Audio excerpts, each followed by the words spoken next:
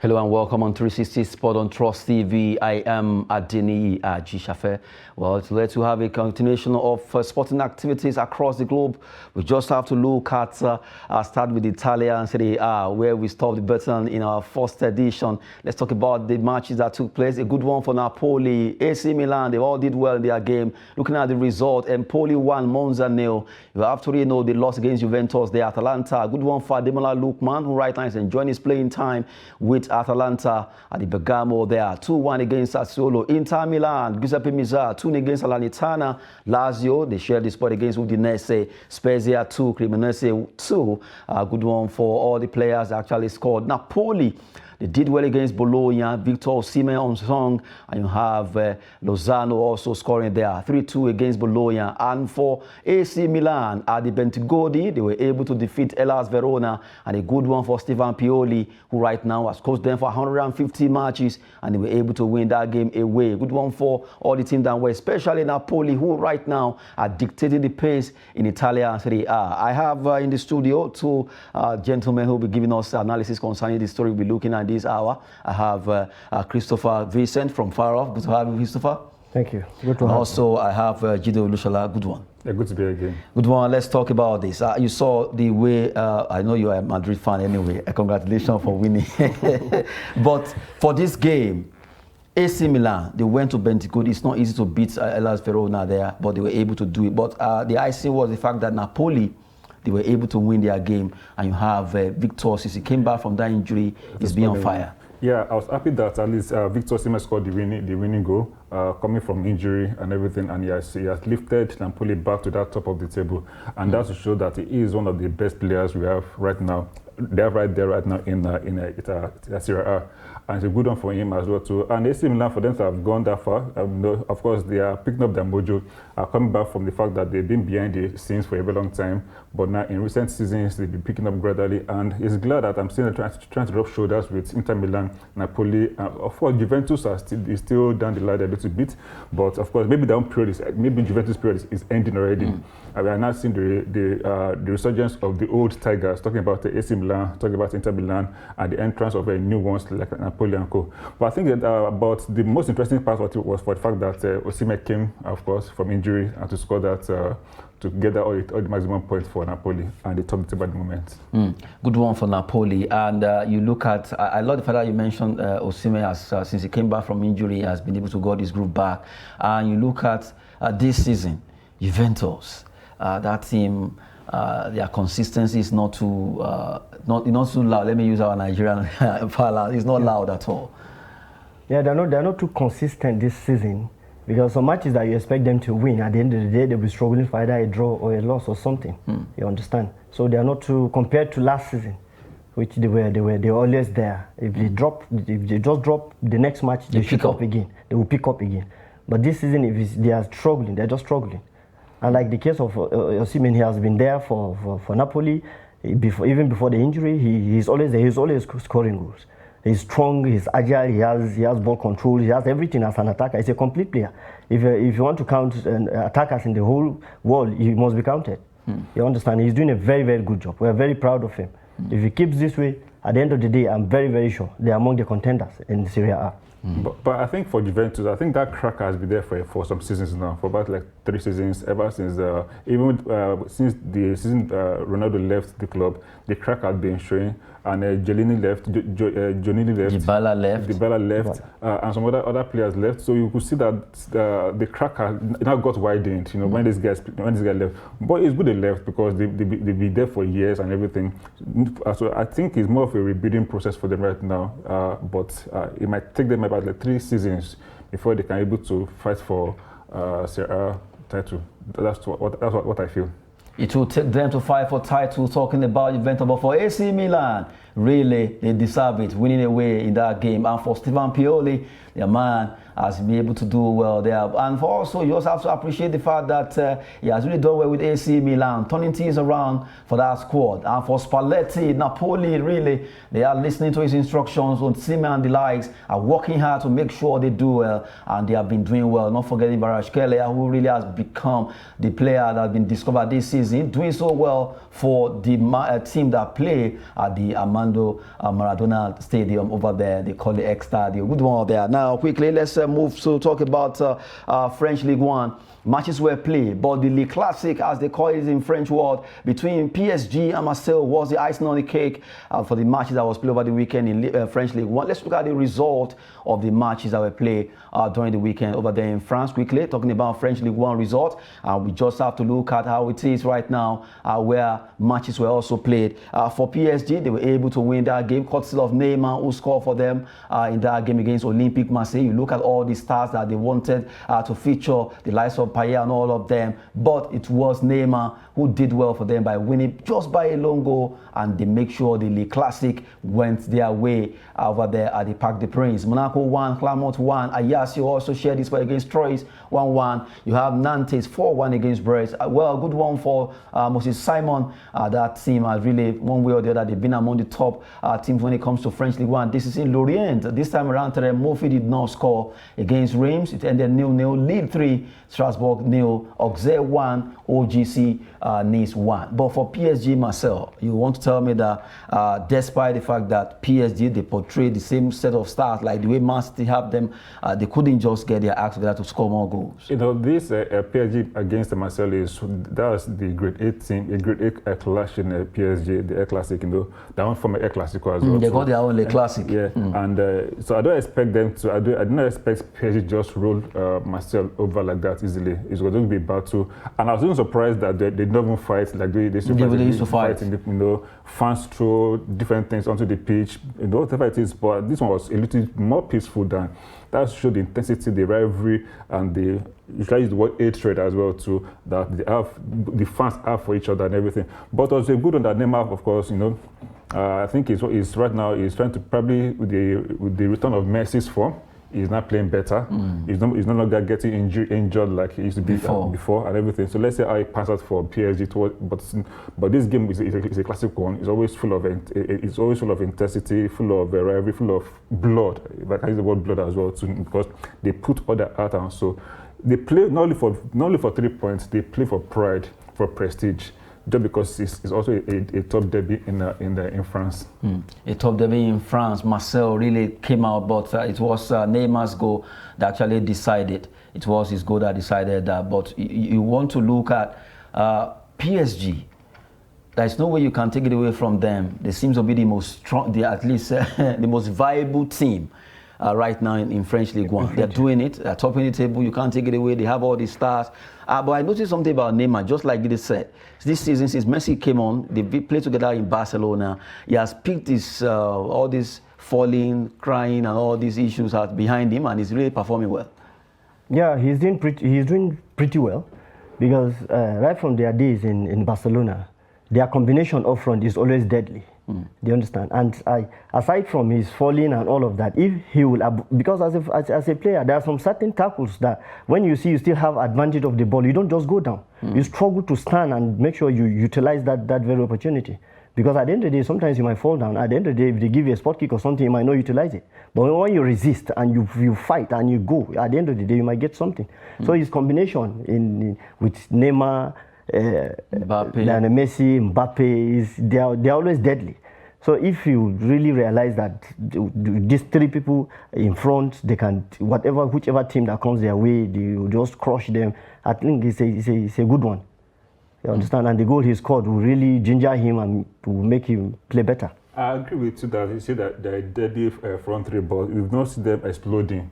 The front three exploding to score plenty goals that we're not going to see. Yeah. Compared to when they're in Barcelona, Suarez, Messi. and Neymar. Even the BBC, Bill, Benzema, Ronaldo, no, they all scored plenty goals. But we've not seen this particular Neymar, Mbappe to score enough goals that will frighten the opponent. That's because of the fact of they are not yet gelling. The rivalry between Neymar and Mbappe, the news going around, so they're not clicking well. But just that Neymar and Messi, because of their friendship and because is working. But Neymar sometimes is Mbappe sometimes is selfish, where he needs to play the ball, let the pass for anybody to score. He would like to score the goal. He will now miss the opportunity. But Messi is more of is very, very unselfish. He's an unselfish player. Whatever it is, he draws back the way he has always been, and just get anybody that is available, go and score. So, and he's working well for Neymar because Neymar knows that, okay, this is how Messi is coming.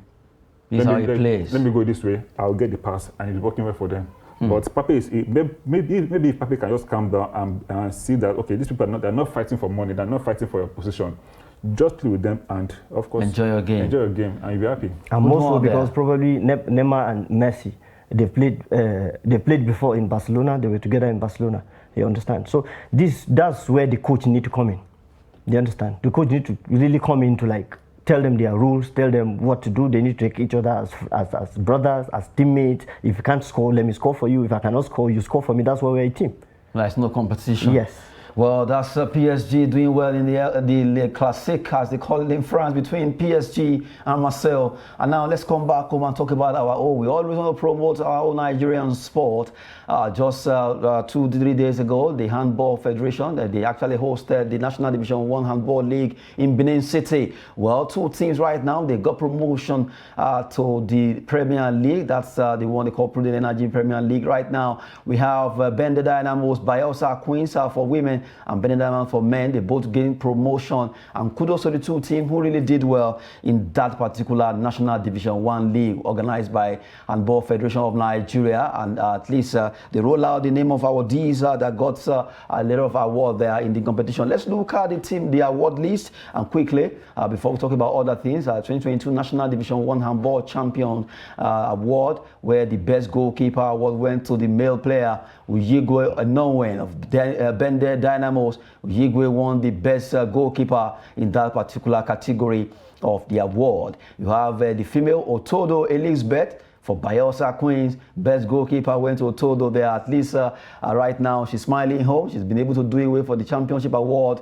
Most valuable player for male, you have Aminu Mohammed, the correctional boys. He was able to get the most valuable player. That's how good he is. And right now he's being celebrated. Female went to Vera John, who plays for Bayelsa Queens. Good one for Vera John right now, who showed that, yes, she knows what she's doing by winning the most valuable players. You call it MVP. Higher goal scorer. When you see a club where a lot of players actually participate, but a particular player is standing out, it still went to Aminu Mohammed of Correction Boys with 30 goals. Wow. 30 goals that he scored in the competition. For the female, Vera John also stand actually here with 28 goals, just to a drift of Aminu Mohammed. What a way to go for Vera John, a female scoring so much goals for our club. Bayelsa Queens, and the best behaved team, not just to score, neither to win the MVP, but your behavior too speaks volume. And you have best behaved team, male, Ida Pillars. Ida Pillars from Kogi State, they won the best behaved team. That shows that they were there.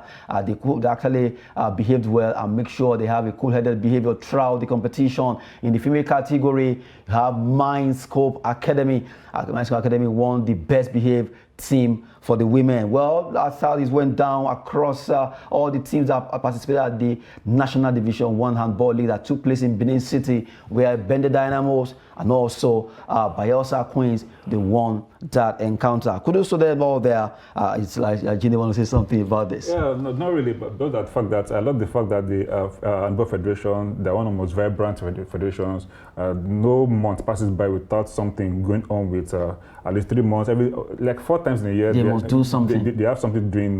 That shows how Samuel Ochoa was able to revive the fortunes of the federation, and I give kudos to him. And he was able to get sponsors that will drive the marketability of this league. And we are seeing our girls, the Bayelsa Queens, Bende Dynamos, are also going to Africa to represent us in the African Championship.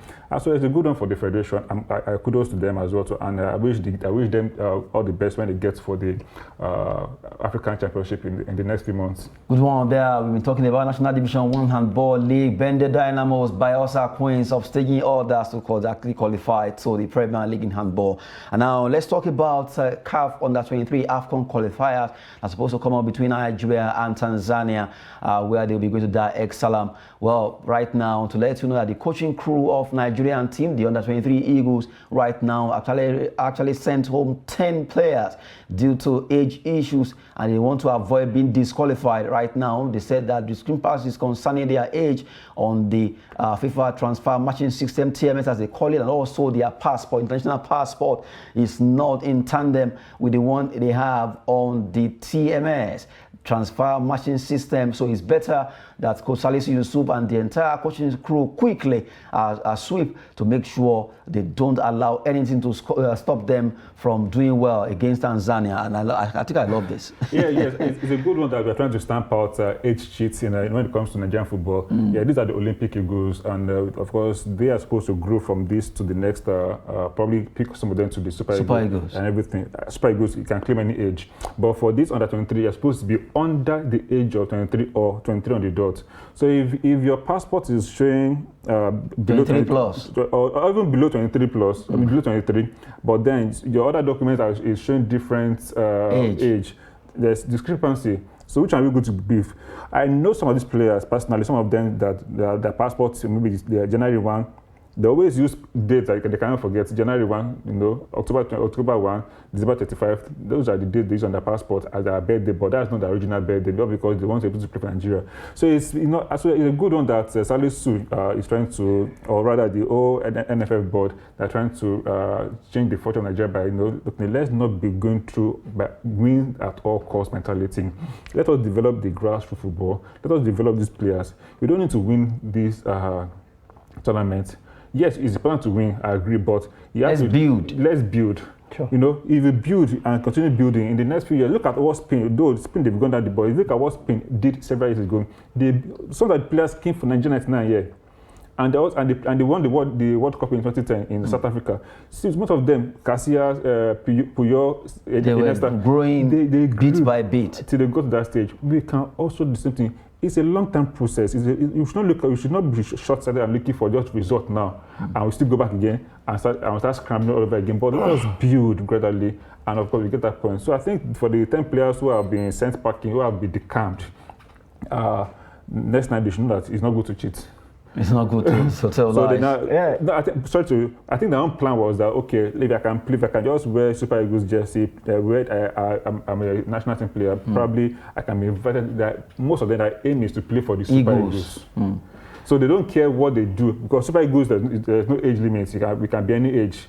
But their aim is just to get. Let me just have this national colours on, so it can be my CV and I can fight to play for the Super Eagles. That's the ultimate aim. And not only that, because most of our players, they believe if you wear Super Eagles jersey and represent Nigeria in whatever tournament, you are 70% sure that you have a contract abroad.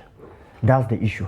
And just like we talked, the issue of consistency, just like my brother here said, when we groom players from under 17, as they are graduating from the 17, those players should be moved to the next level. They understand. Then you groom other ones to take over from under 17. If we're doing this, it will not get to a tournament before we start thinking of our age and all of that. Because from under 17, you've already known their ages and whatever, because their passport is with NFF and all of that. So if we start doing this, we won't be looking for time for this where age is and all of that. Do you understand? Most of these Puyol, just like you rightly said, that was what they did. They are Casillas. They came to Nigeria, they played, and from there, the whole world noticed them, and they were being monitored. Up to some of them have resigned, some of them, and that's the best. Even Messi and the rest. And most of why we're having this kind of issues, because sometimes some people try to inject their players forcefully to the team so that they'll go and participate, which is not a good one. Do you understand? These coaches are going through a lot. Because sometimes they'll be forced to use a player or so in the national team, and it's not a good one for us. If I ask you that, where are the players of the last Olympic, 2 years Olympic? Where are they? I should answer you. Yes. They should be in Afghanistan. What's up? But meanwhile, their colleagues in Europe, of course, they're in European clubs. Of course, we know. We just hope that we get the issue of age sheets better in Nigeria. It's actually started doing well now. Looking at the way the wind is blowing, seems things are getting better. 10 players they can because of the fact that they falsify their age, not matching with the TMS, and also the one on their international passport. They are coming from the coaching crew of the under 23 Eagles. And quickly, let's talk about fixtures that will be played today. Matches will be coming up in La Liga and also Italian Serie A. Villarreal against Osasuna, just a match in La Liga. Sampdoria, Roma, Lecce, Fiorentina. That will be it. Okay. Roma, Sampdoria, of course, because of Jose Mourinho. So and they lost. I think they lost that game in the Europa League. I think so. So I want him to always win the league. Because Mourinho is there. So I'm going for Roma to win the game against Sampdoria. Okay. Yes, Sampdoria, they have a good. What about you, Vincent? Yeah, even when I go with you, Roma is one of my team because of Jose Mourinho. He's my best coach ever. Okay. Yes. So I go with him. Both of you now, you are voting for AS Roma. Yes, sir. Well, okay, that's a good one there. But our time is up. We just have to go now. Yes, we have to go now. Sport is always business and fitness. Jide Olushola, I want to appreciate your time. Yeah, thank you for having me. Vincent Christopher, yes, sir. thanks for coming. Thank you for on the having show. me. Well, I am Adeni Ajishafe. Thanks for watching.